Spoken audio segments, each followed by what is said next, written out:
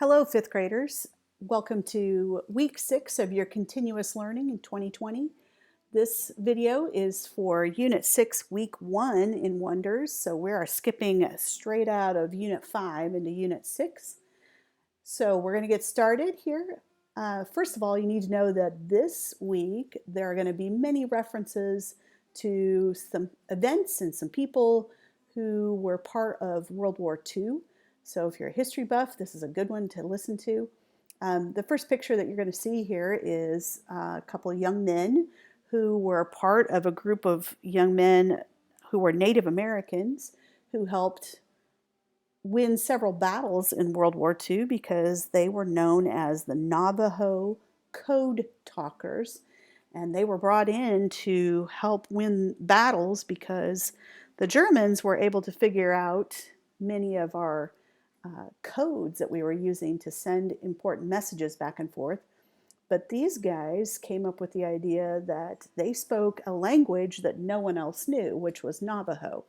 So these young men risked their lives to help send messages back and forth with troops, and they would use their language to sneak this information past the Germans. So you're going to get to read a story about them this week. It's a pretty good story. I've read it before, and fascinating stuff that these guys did. So our Unit 6 has to do with being linked into one another. And the big idea is, how are we all connected? And I think you guys have experienced this more than any group of kids right now on the planet. So there's a great quote here on this that comes from Franklin D. Roosevelt, who was president of the United States during World War II.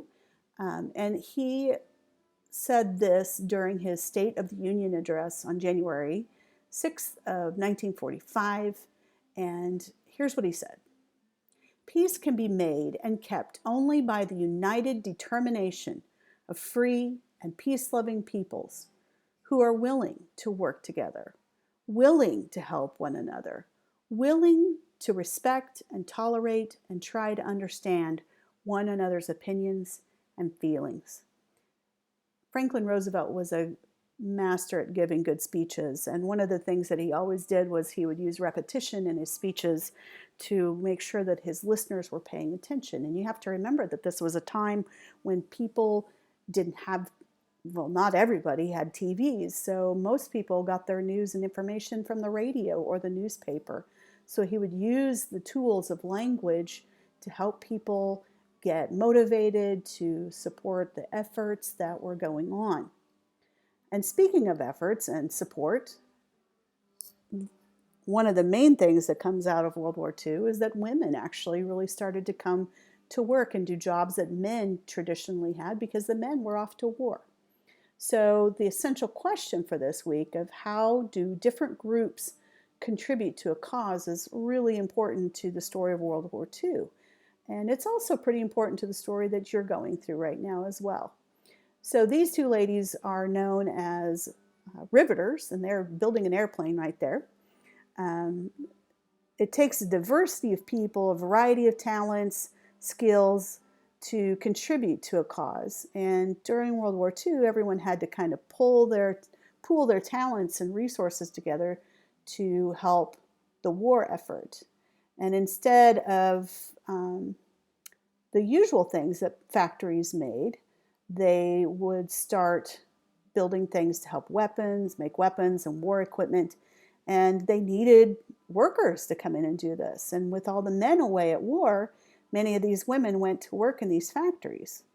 And I bet you've probably seen this before, but this is Rosie the Riveter. And she is what we call a cultural icon for World War II, which means this picture came to represent the women who were there helping the war effort kind of behind the scenes by building these things. This painting was done by a man named Norman Rockwell, and this came from the cover of a magazine called the Saturday Evening Post. And it's really the first time that anyone made an image to represent these women, and he actually is the one that incorporated the word Rosie the Riveter into this painting. So he was really important to the war effort by making this particular symbol. You can kind of think of this as almost like a long time ago meme. Like we have memes today. This would have been a meme for the past. And Rosie the Riveter came to represent women like this. These are all ladies who became welders or working in the shipyards. You can kind of see it behind there. They also were very much into the part about making the weapons and the ammunition for the war. So these ladies are even right down to the point where they're kind of polishing these so that the missiles would go straight when they're fired. All right, so let's get into our vocabulary for this week. Again, as in the past few weeks, you are welcome to write your words in your 3-subject notebook for future reference if you would like to. The first word for this week is bulletin. It's a noun, and it is a short announcement of the latest news. And our sentence for this is Kip posted a bulletin in the neighborhood about his missing dog. The next word we have is contributions. And contributions are gifts of money, time, or effort given to a cause. And the sentence for this picture is the school art exhibit will feature contributions from many student artists. Looks like they're having a good time. The next word we have is diversity. It is a noun, and diversity is a great difference or variety. And you can see in this picture, there was a great diversity of breeds at the dog show. Big ones to little ones, fluffy ones to smooth ones. The next word we have is the word enlisted. Enlisted is a verb. We can tell it's a verb because it does end with ed. It means to be enrolled into the armed forces or be signed up to help a person or a cause. And citizens who are enlisted into the Army are sworn in before they begin their training. Now I'm going to take a little moment to pause. Again, as we've done in the last couple of weeks, there will be a question at the end of this video, and onto your Schoology. And at the end of this video, you'll need this information to answer that question. In World War II, began for the United States on December 7th, 1941, when Japan bombed the American fleet in Pearl Harbor. Pearl Harbor is located in Hawaii. On December 11th, 1941, Germany declared war against the United States. So you'll need that information for your question. The next word we have is verb. Is a verb. It's intercept. Intercept. And it means to stop something from moving from one place or person to another. So you can see here the sentence that goes along with this. The player jumped up to intercept the pass and prevented the touchdown. Guess what? The word intercept is the root word for interception.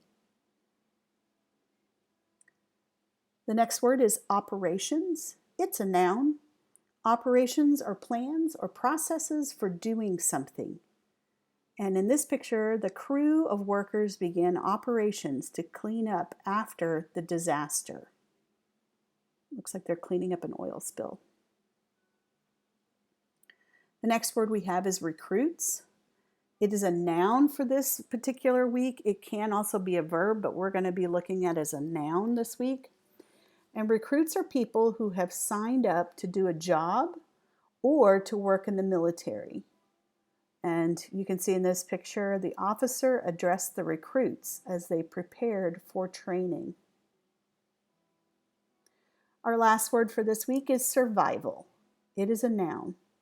Survival is the act of continuing to live. And our sentence here is a first aid kit, a blanket, and water are important for survival in an emergency. All right, it's going to be close to the end of this video. Make sure that you answer the question on Schoology. And I do have one more picture to show you. This I thought was pretty relevant for what we're going through right now with our experience. but this is a picture of a hospital during World War II. And you can tell a lot of things have not changed, but I would imagine that they are working very hard to help these men who were serving during the war. And you can tell some things still haven't changed. We still have doctors and nurses and patients. All right, this is the end of the video. Please make sure you answer that question on your assignment in Schoology for full credit of doing this activity. Hope you have a great week. We'll see you soon.